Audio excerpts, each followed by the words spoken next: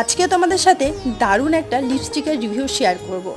এই লিপস্টিকটা আজকে আমার অ্যামাজন থেকে এসছে। এটা ছিল ইনসাইটের একটা লিপস্টিক। যারা এটা ইউজ করো তারা জানো এই প্রোডাক্টটা কতটা ভালো হয়। আজকে যে নিয়েছি আমি, এটা ছিল সেট নাম্বার 24।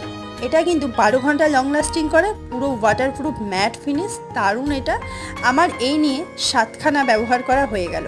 লিকুইড লিপস্টিকের মধ্যে এলিটিন, আর এটা আমার মনে হয় বেস্ট, ক্রিমি বাদ দিয়ে।